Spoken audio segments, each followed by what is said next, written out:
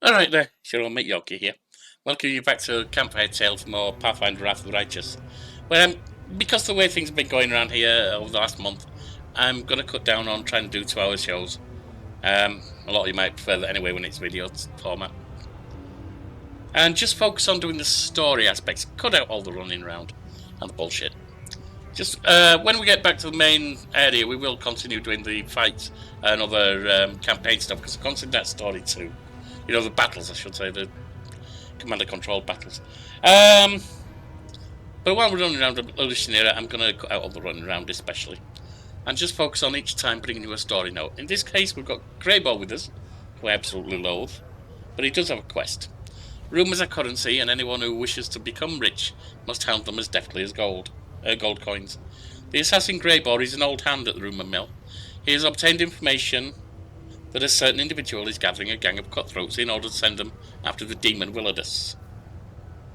The dwarf has his own score to settle with the villainous demon, and he is particularly keen on having a little chat with Willodus before the assassins get to him.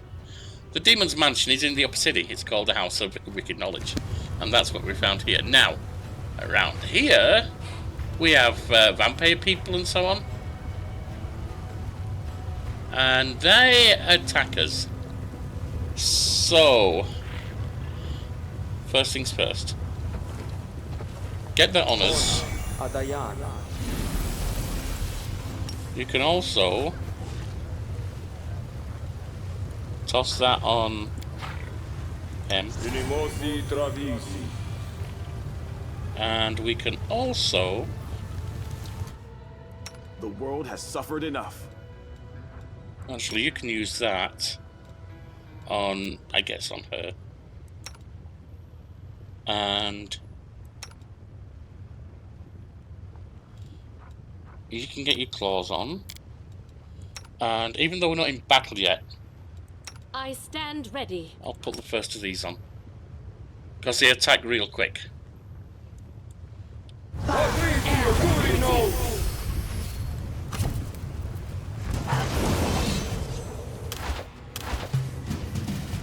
Right.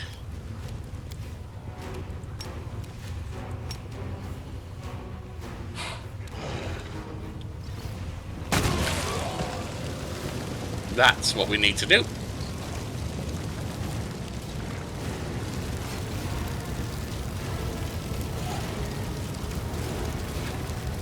Throw one of these at them.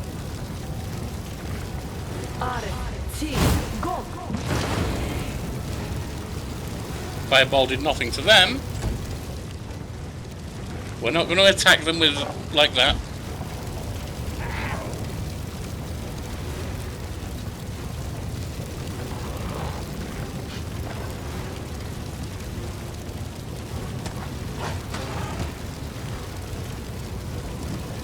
Wait, didn't they take enough to die? Oh, they got 11 points left. Swift study. Simply business. Oh, great, you didn't even bloody hit. Idiot.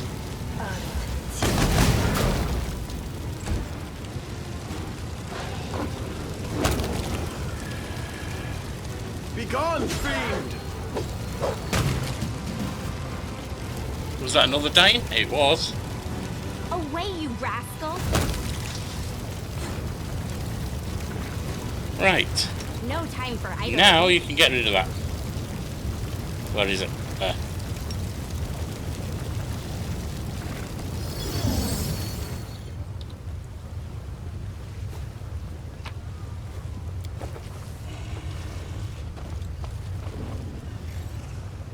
The annoying thing was that when I failed the first time, I tried to come back and throw deadly earth at them before I triggered the thing. It didn't work. It doesn't let you do it. House of Wicked Knowledge. Yes, it is. Now, what was that ring? Was it a +5 or something? What's that? Brace of Eldritch Scholar. +6 brace of armor. Ooh. Her on me. Bonus on Knowledge Arcana and use Magic Device. That's really her, not me.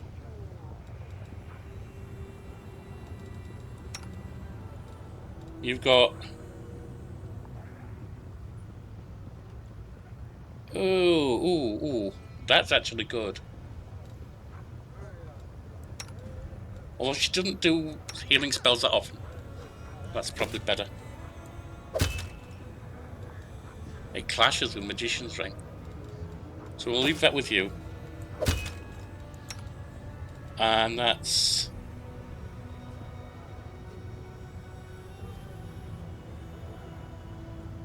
Lightning's crap, because it doesn't actually harm most demons. That's clashing with Mage Armor, that's okay.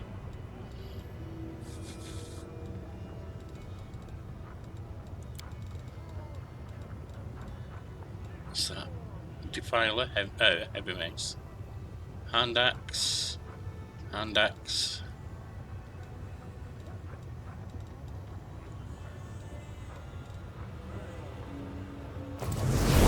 Alright, in we go.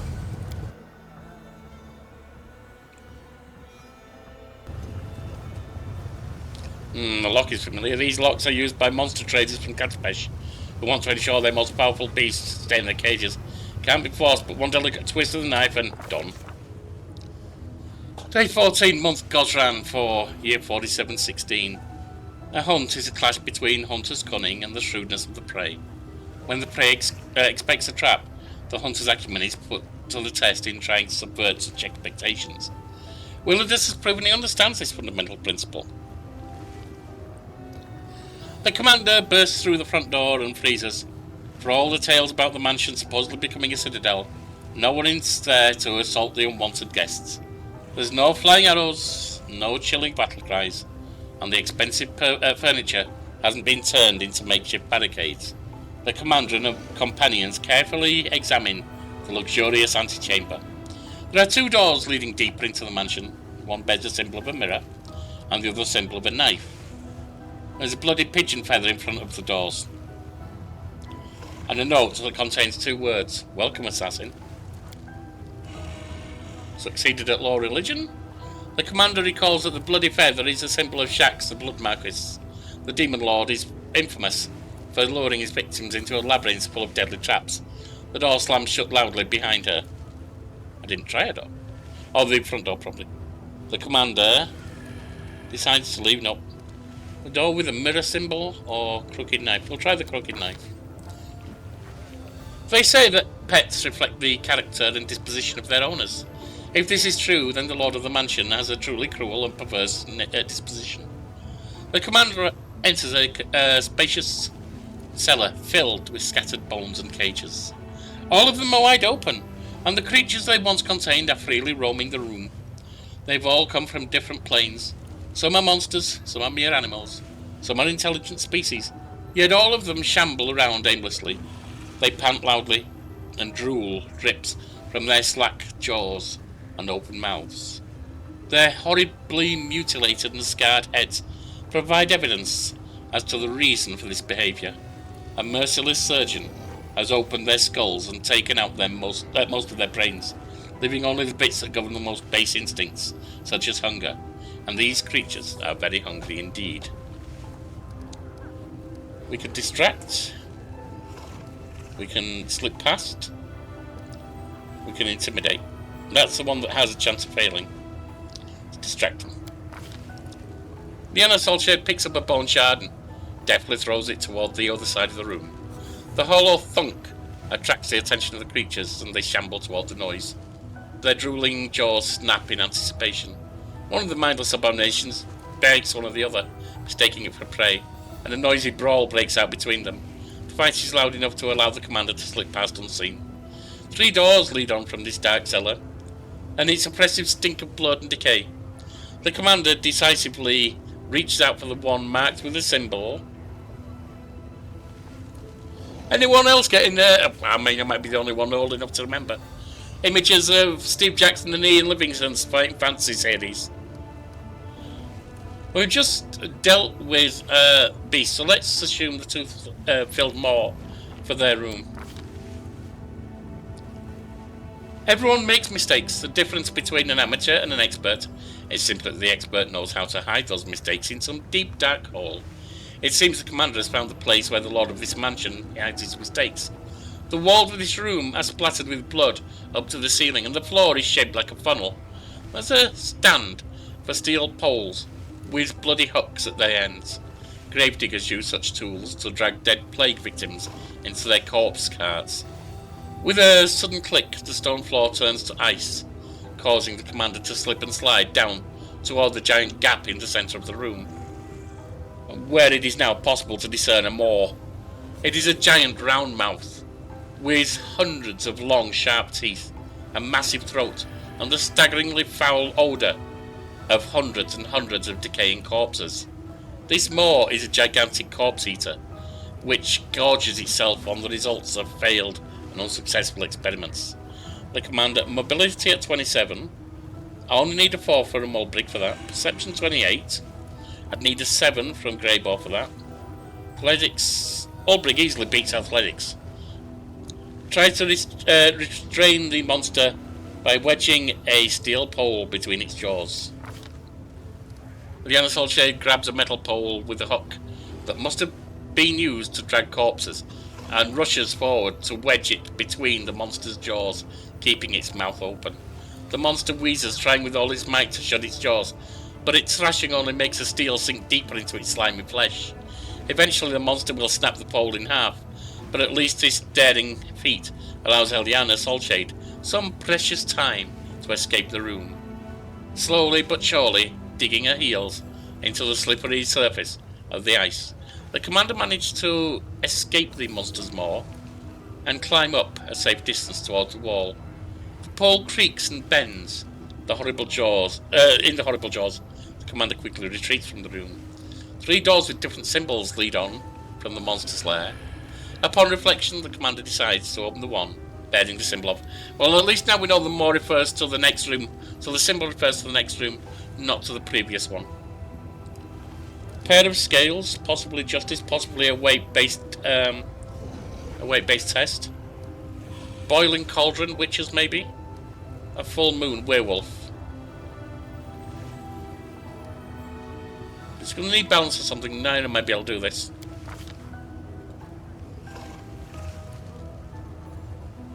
Mobility.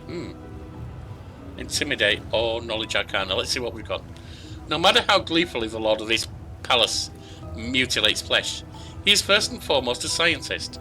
And a scientist by definition is a madman who can put to shame any giggling maniac with a knife.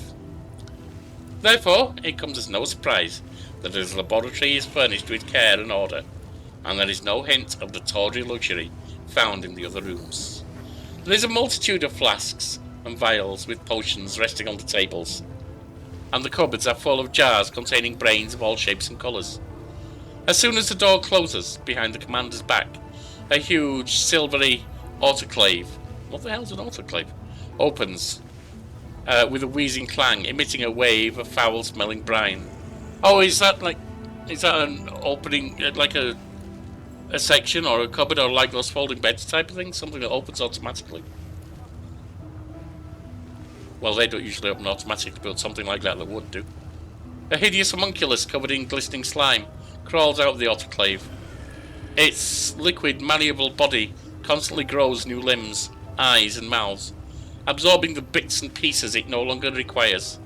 It seems the monster can't decide what shape it should take. It stares at the commander with malevolent intelligence. It seems it has better mental faculties than the most alchemically produced creatures.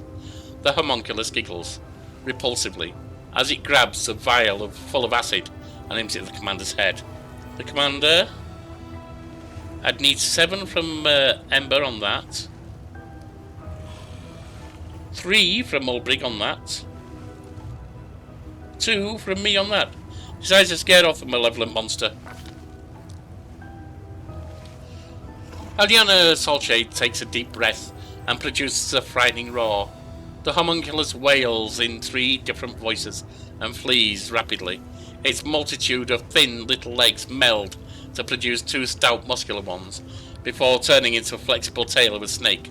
The homunculus finds a narrow hole and crawls inside. It continues to whimper as it peers out with saucer-like eyes. Stepping over the wreckage of expensive lab equipment and shattered glass, the commander pauses before the 3 doors and eventually chooses the one with, well, we've seen them all, full moon or blazing fire. Let's go to the full moon. Yeah, Desna's follower, more or less. Desna and Serenray. Our twin goddesses.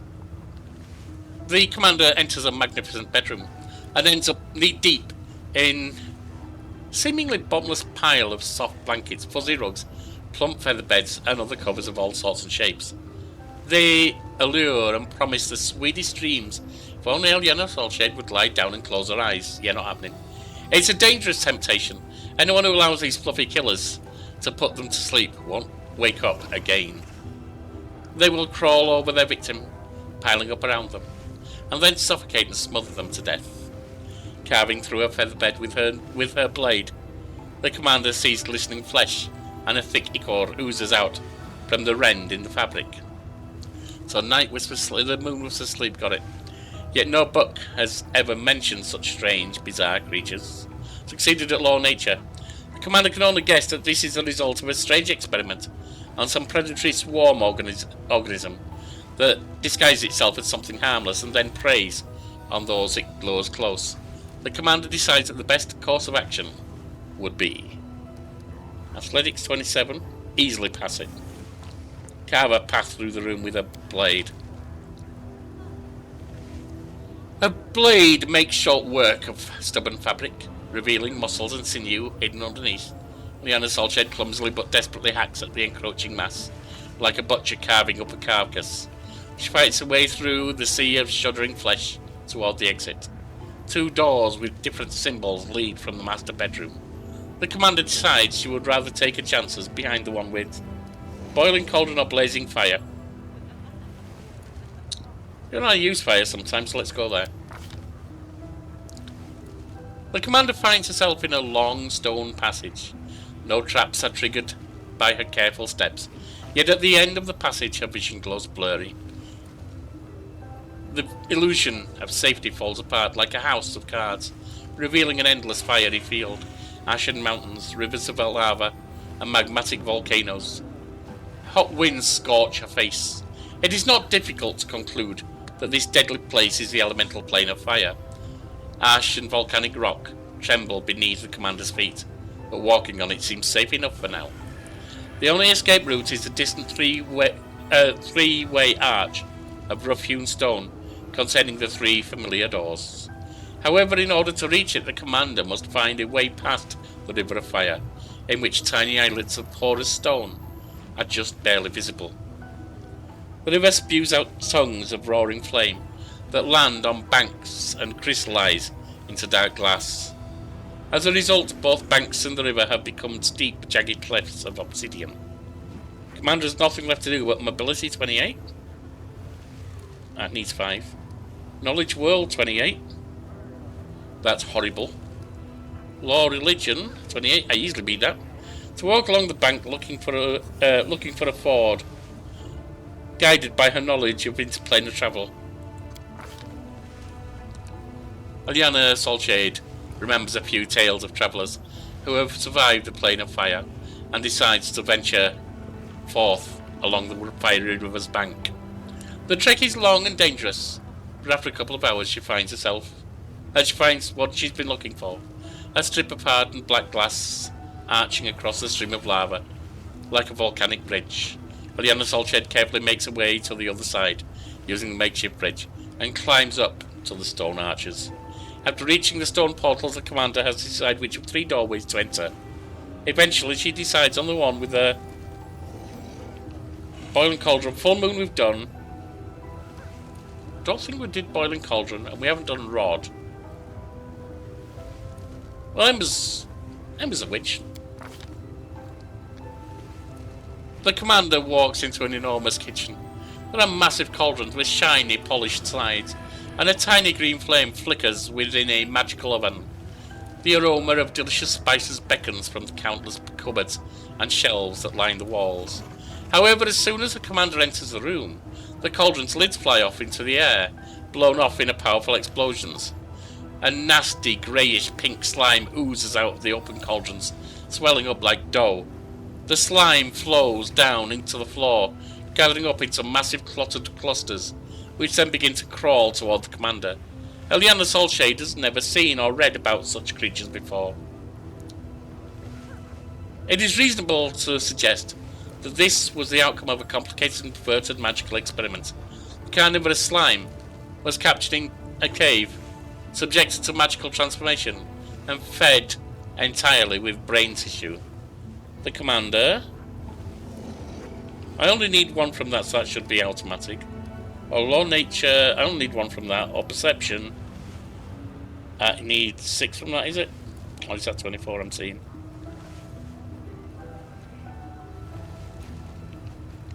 Need 6 from that.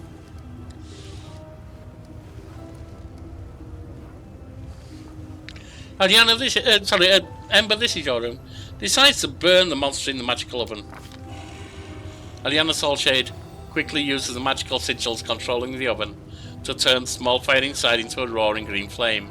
Aliana Soulshade hides behind it and lures the slime right into the open oven. The monster fails to perceive the thread of fire and crawls inside, instantly beginning to bubble and boil. In a matter of moments, all that remains of the creature is a suffocating stench that still hangs in the air. After meticulously examining the food on the undisturbed shelves, the commander decides to rest. She takes the opportunity to recuperate and bandage her wounds. Don't think I've taken any. It is thinking ahead rather than rushing forward recklessly that separates able tacticians from those who rashly press on and perish. 2 doors lead from this kitchen, where it is apparently easier to be eaten than to eat. The commander chooses the one that is marked with, well, been to the plane of fire.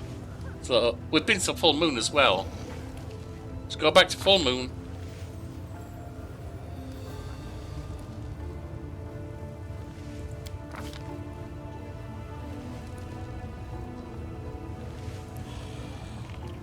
Fire.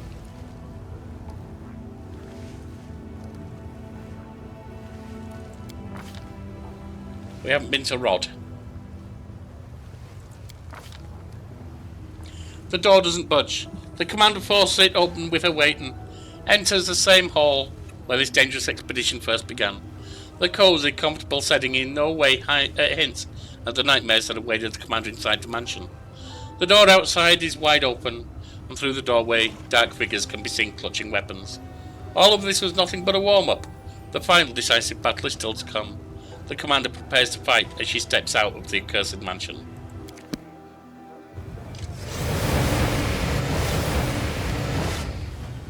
There's Willodus.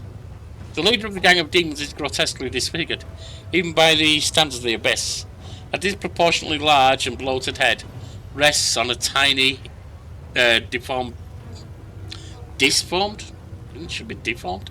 Body, covered in bumps and furrows, like a shriveled walnut. What seems at first to be a mane of hair standing up on end is revealed upon closer inspection to be bone needles sticking out from his pale, blistered skin. Where the mouth should be, there is instead a bony plate, formed from yellowing teeth that have grown together. It protrudes out from his torn, lacerated lips. The voice appears to come from a slobbering, undulating hole in his neck, and just beneath his chin.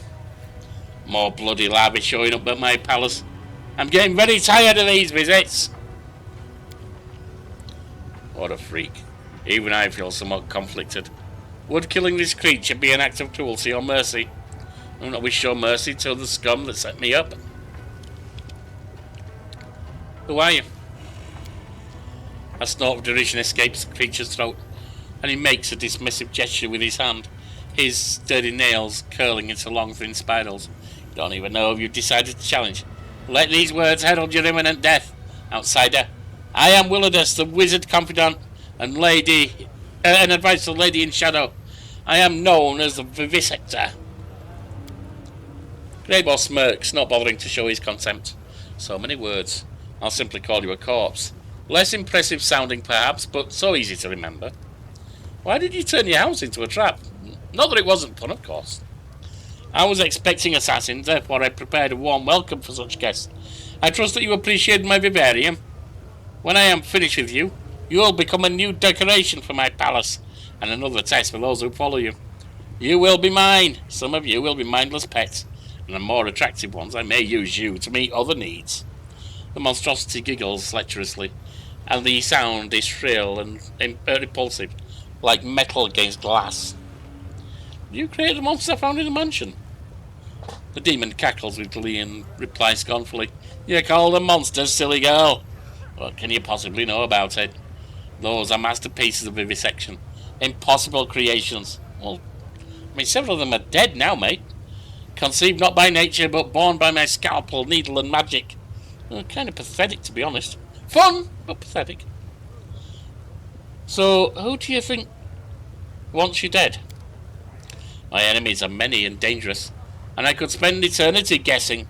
Well, there's no need for that. Once I've killed you, I'll soak your warm little brains in my concoctions and read the names of my enemies like tea leaves in their wrinkled patterns. And then I'll have a lovely dinner. There's a greedy, predatory gleam in those tiny eyes, buried deep within the folds of wrinkled flesh. Why did you put a hit out on Darazand and give Greybor a faulty magic weapon?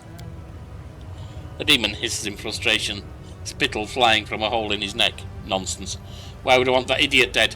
What possessed him to think I was the one who put a hit out on him? And how dare you, pathetic amateurs, even think that a scheme of mine might possibly fail? If I truly wanted to kill Darazand, he'd be long gone. Well, he is now. But no, I don't give a damn about anyone from that swarm of locusts. I expected such an answer. For some reason, whenever I corner these scoundrels and demand a reckoning, none of them are brave enough to own up to their crimes, and they never go quietly when I slit their throat. Do you think, Greybor? The dwarf shrugs and says thoughtfully, Usually I'm quite capable of detecting lies, but this ugly wretch is impossible to read. Why does it matter anyway? Even if he's lying, we'd do well to get rid of him. He just tried to kill us in his mansion. Besides, will you ever sleep well knowing this monstrosity is alive somewhere?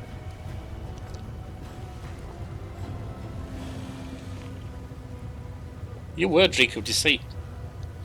The demon's cloudy eyes flare with anger, and his smug giggles give way to a low menacing growl. Soon we will find out what your tiny, ridiculous, worm-eaten brain smells like. Kill her! The dwarf grins ominously, and as he looks at the demon, there is no mercy in his eyes. I won't lie. I've been waiting for this moment. Tomorrow morning, my reputation will be spotless once again. Sweet dreams. Defeat is not an option.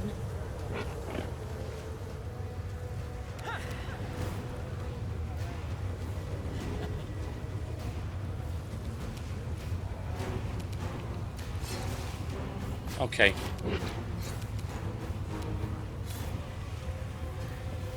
We can get one more of these on.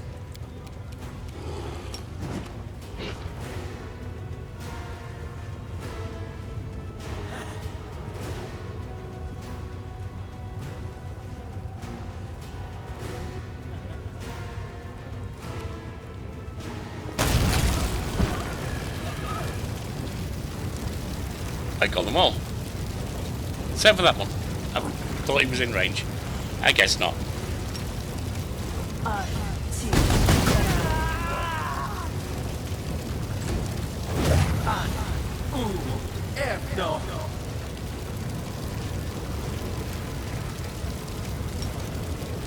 It's your time to cease to exist.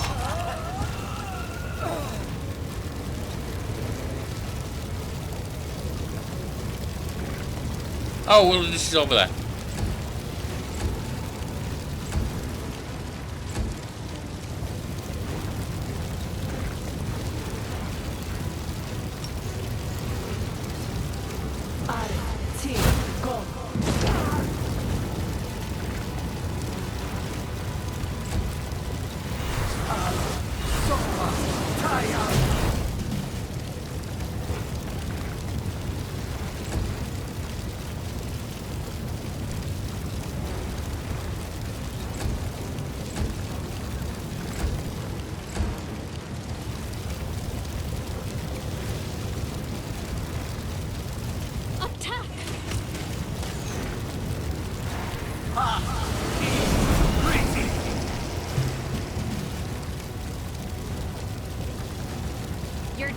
is over.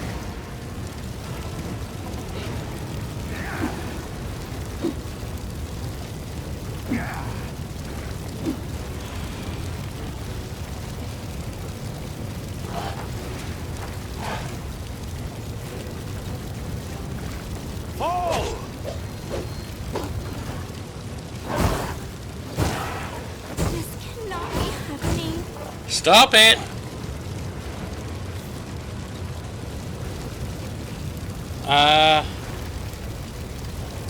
Let's send out my...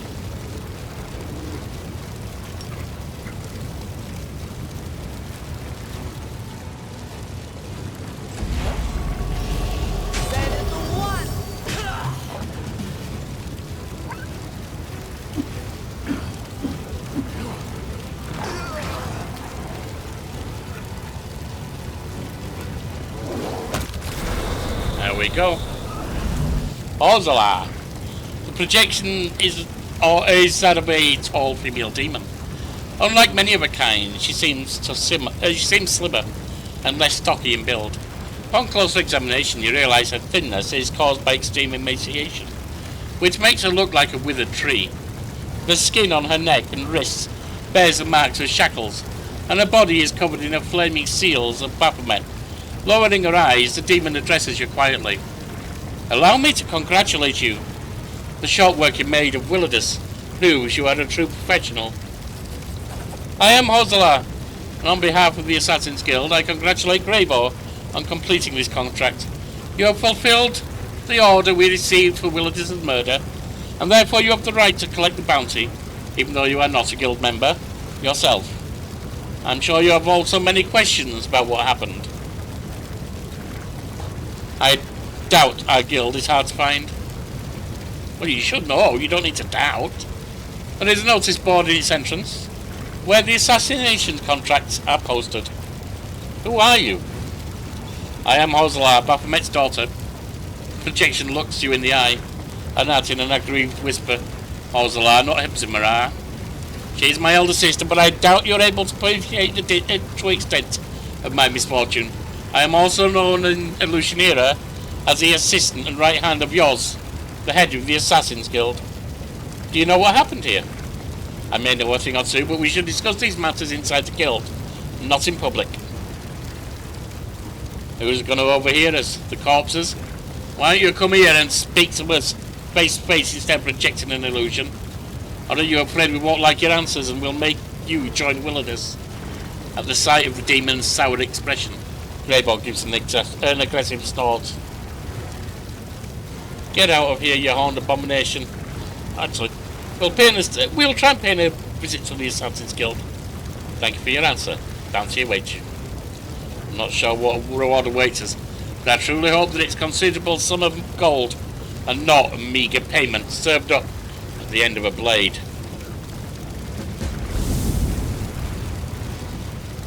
So we need to find the Assassin's Guild.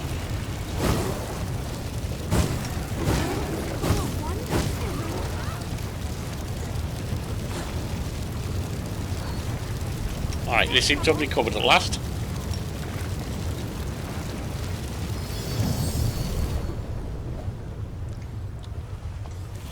But I have other things to do next. Can I actually camp up here? No, I can only camp back at Nexus.